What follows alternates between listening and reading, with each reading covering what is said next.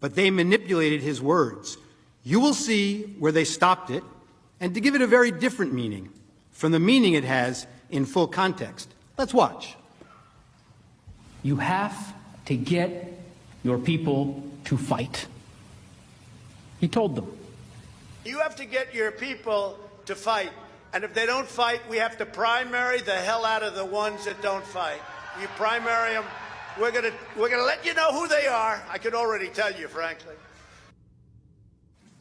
The people who need to fight are members of Congress. Why did we have to skip the necessary due diligence and due process of law and that any legal proceeding should have? It couldn't have been the urgency to get President Trump out of office. House Democrats held the articles until he was no longer president, mooting their case. Hatred, animosity, division, political gain, and let's face it, for House Democrats, President Trump is the best enemy to attack. She is an attorney and spokeswoman for Donald J. Trump. Let's listen in. The fact that I am standing here for the third time in 5 months is not a coincidence. This is the Biden political lawfare that we have seen time and time again. It is a deflection from everything that they have done. And if you don't believe me, look at the facts. On March 17th, Hunter accidentally admits that it was his laptop from hell. The next day, DA Alvin Bragg indicts President Trump. June 8th, an FBI document is released showing that the Ukrainians paid the Biden crime family millions and millions of dollars. The next day, the Mar-a-Lago raid and the Mar-a-Lago indictment. Last week, Hunter Biden's sweetheart plea deal fell through when the judge realized it had blanket immunity. The following day, a superseding indictment against Donald Trump. July 31st, Devin Archer goes to testify in front of the House. That was only after they failed to put him in jail prior to the fact. What happens the next day? The January 6th indictment that we're here for today. This is not a coincidence. This is election interference at its finest against the leading candidate right now for president, for either party. President Trump is under siege in a way that we have never seen before. President Trump and his legal team and everyone on his team will continue to fight, not for him, but for the American people. I'll take some questions. Well, thank you. I know the president has called this a witch hunt. You just laid out several examples of that.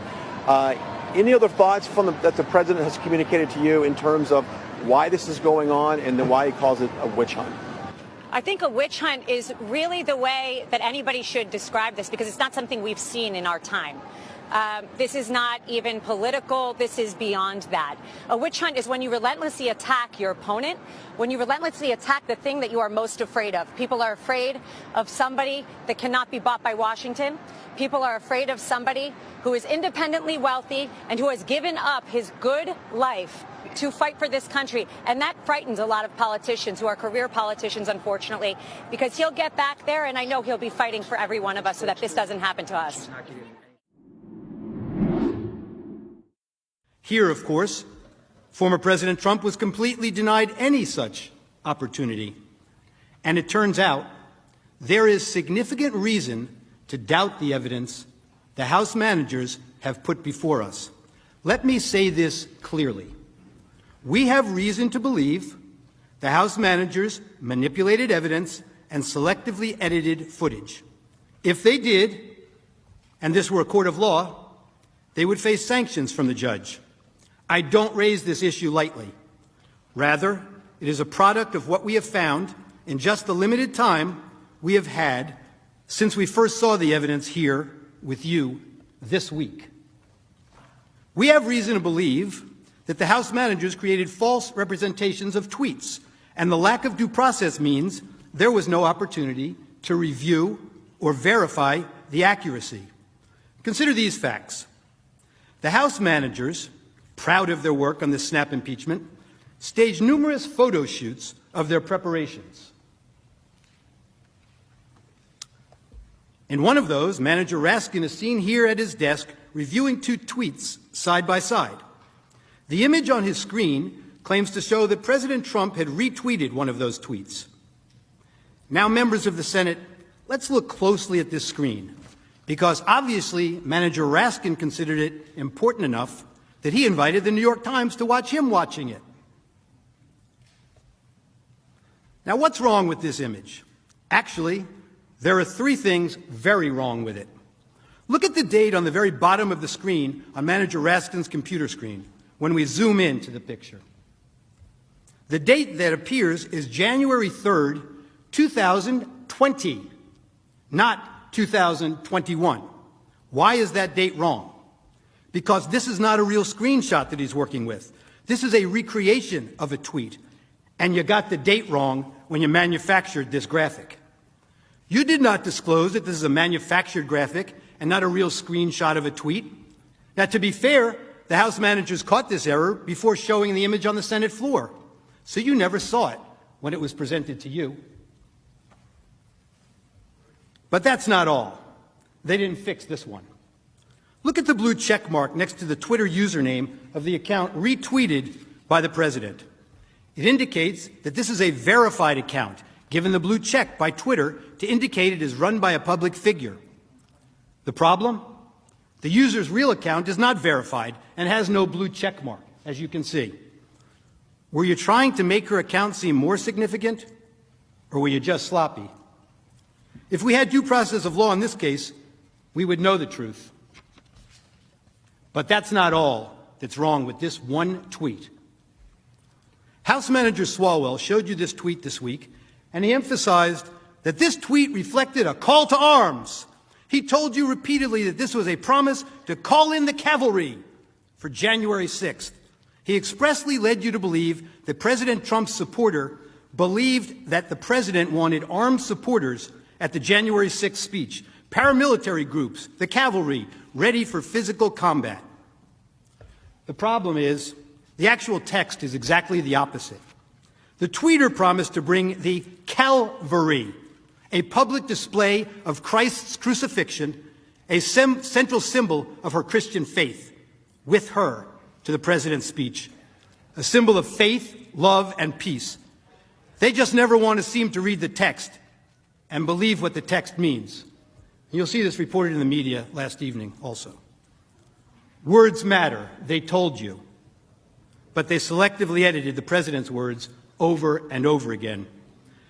They manipulated video, time-shifting clips, and made it appear the president's words were playing to a crowd when they weren't. Let's take a look. After this, we're going to walk down, and I'll be there with you. We're going to walk down. We're going to walk down to the Capitol. But I think right here, we're going to walk down to the Capitol, and we're going to cheer on our brave senators and congressmen and women, and we're probably not going to be cheering so much for some of them, because you'll never take back our country with weakness. You have to show strength, and you have to be strong. We have come to demand that Congress do the right thing and only count the electors who have been lawfully slated. Lawfully slated. I know that everyone here will soon be marching over to the Capitol building to peacefully and patriotically make your voices heard. And we are going to walk down to the Capitol. They showed you that part. Why are we walking to the Capitol? Well, they cut that off. To cheer on some members of Congress and not others, peacefully and patriotically.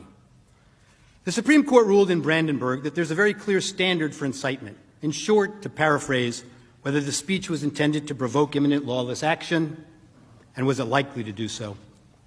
Go to the Capitol and cheer on some members of Congress, but not others. They know it doesn't meet the standard for incitement, so they edited it down. We heard a lot this week about fight like hell, but they cut off the video before they showed you the president's optimistic, patriotic